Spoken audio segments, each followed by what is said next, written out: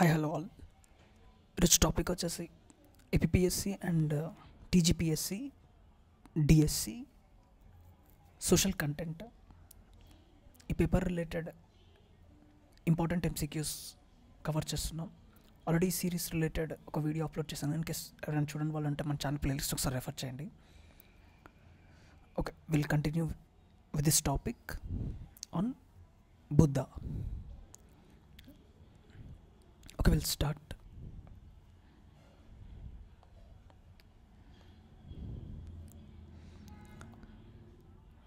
జైన మతాన్ని ఆదరించిన బదామి చాళుక్య రాజు రెండవ విక్రమాదిత్యుడు.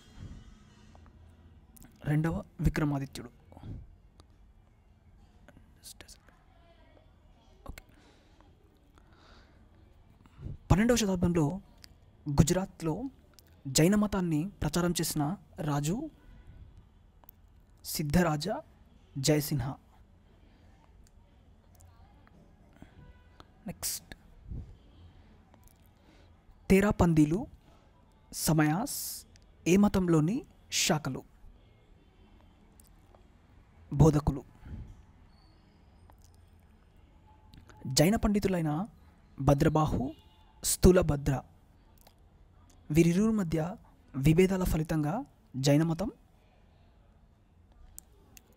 నిగ్రంథులు. జైన పండితులైన భద్రబాహు, స్థూలభద్రుల విభేదాల ఫలితంగా జైన మతం రెండు శాఖలుగా చీలింది.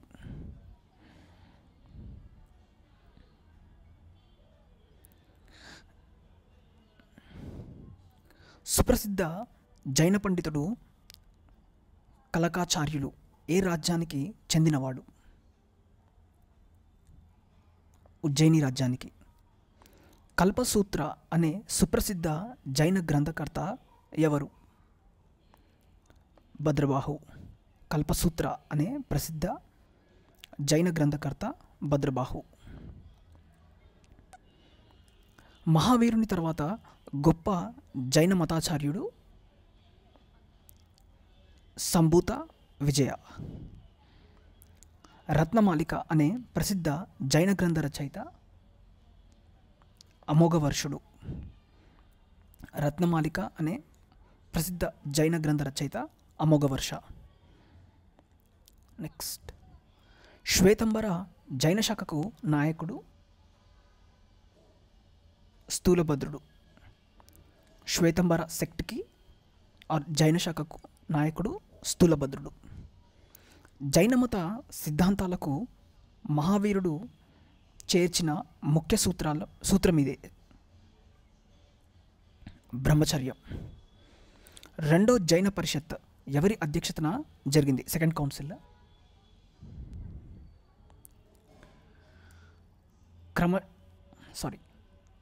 క్షమశ్రమణ వల్లభి.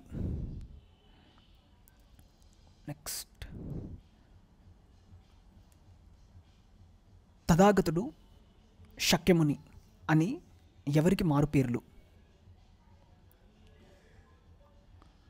బుద్ధుడికి. శక్యముని తర్వాత తథాగతుడు, ఈ రెండు కూడా బుద్ధుని యొక్క మరో పేర్లు. ఈ క్రింది వాటిని జతపరచండి. ఇక్కడ ఆప్షన్ వచ్చేసి 4 BDAC.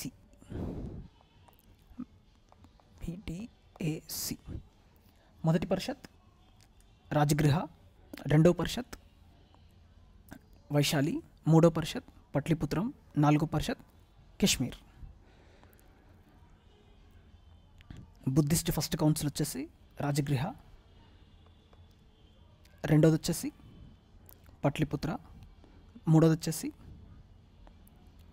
రెండోది వచ్చేసి Vaishali. Rajagriha, Vaishali, Pataliputra, Kashmir. RV and PK. Rajagriha, Vaishali, Pataliputra, Kashmir. First, second, third, fourth of Buddhist council or Buddhist parishad. Next, బుద్ధునికి సాంఖ్య దర్శనం నేర్పిన గురువు పేరు?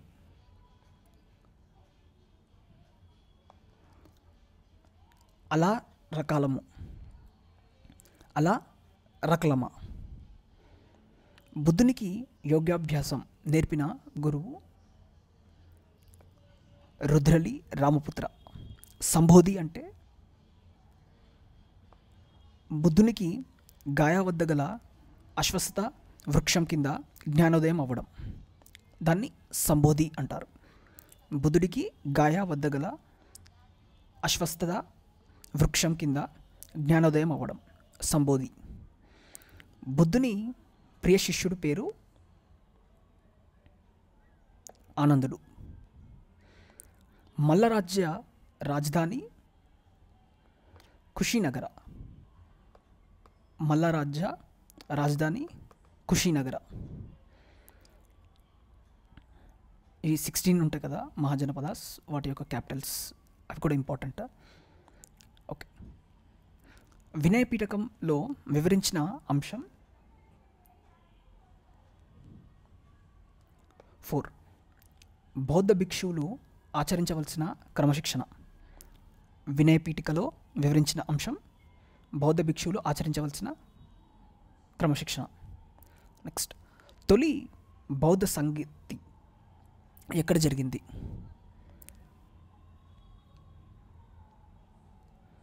రాజగృహ. సేమ్ యాజ్ ఈ మొదటి కౌన్సిల్ లాగానే. నెక్స్ట్, తొలి బౌద్ధ సంగతికి అధ్యక్షత వహించిన వాడు మహాకశ్యపుడు. ఫస్ట్ కౌన్సిల్కి హెడ్ చేసింది మహాకశ్యపుడు. బుద్ధుని మరణానంతరం రెండవ బౌద్ధ సంగతి ఎన్ని సంవత్సరాల తర్వాత వైశాలిలో జరిగింది? 100 సంవత్సరాల తర్వాత. బౌద్ధమత అనుచరులు ఎన్నో బౌద్ధ సంగతి అనంతరం 2 శాఖలుగా చీలారు. 2. రెండో సంగతి సెకండ్ కౌన్సిల్ తర్వాత 2 శాఖలుగా చీలారు. అశోక చక్రవర్తితో సంబంధం ఉన్న బౌద్ధ సంగతి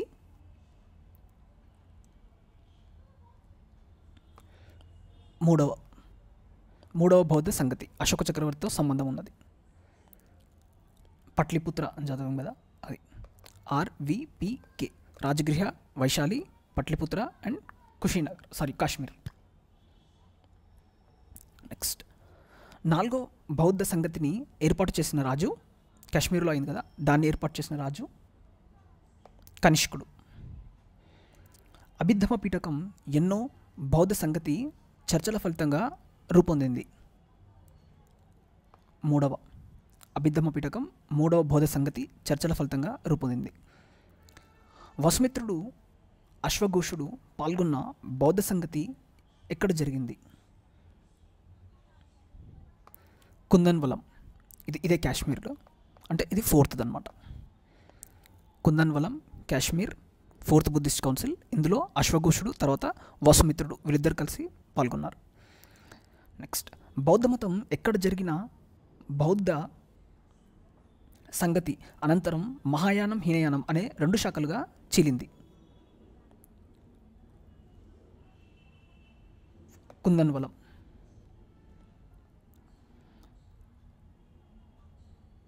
బౌద్ధ మతం ఎక్కడ జరిగిన బౌద్ధ సంగతి అనంతరం మహాయానం తర్వాత హీనయానం అనే 2 శాఖలుగా చీలింది? కుందన్వలం.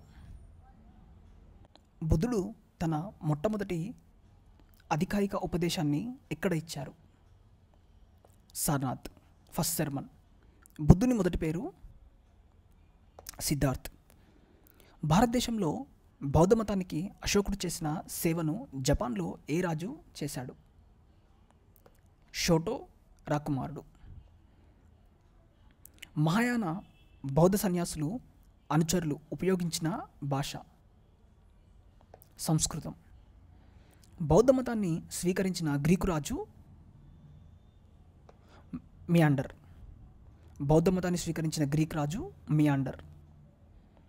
నెక్స్ట్, బౌద్ధ మతంలో మహాసాంఘికులు అనే శాఖ వారు. మార్పును ఆశించిన వారు మహాసాంఘికాస్. నెక్స్ట్, బుద్ధుడి యొక్క జన్మించిన స్థలం లుంబిని. బుద్ధుడి ధర్మపత్ని పేరు యశోధర. పద్మపాణి కుడియ చిత్రం గల బౌద్ధ గుహాలయం ఉన్న చోట్లు అజంతా. పద్మపాణి కుడియ చిత్రం గల బౌద్ధ గుహాలయం ఉన్న చోటు అజంతా.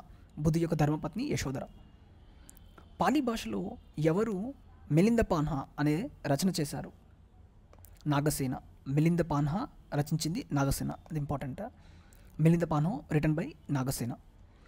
దక్కన్లో 2 గొప్ప బౌద్ధమత కేంద్రాలు ఉన్నాయి. అవి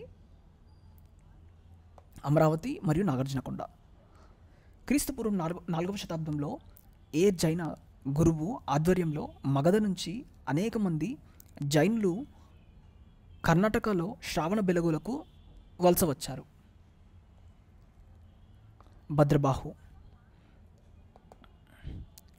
దేశంలో జైనం ఏ ప్రాంతంలో బాగా ప్రచారమైంది?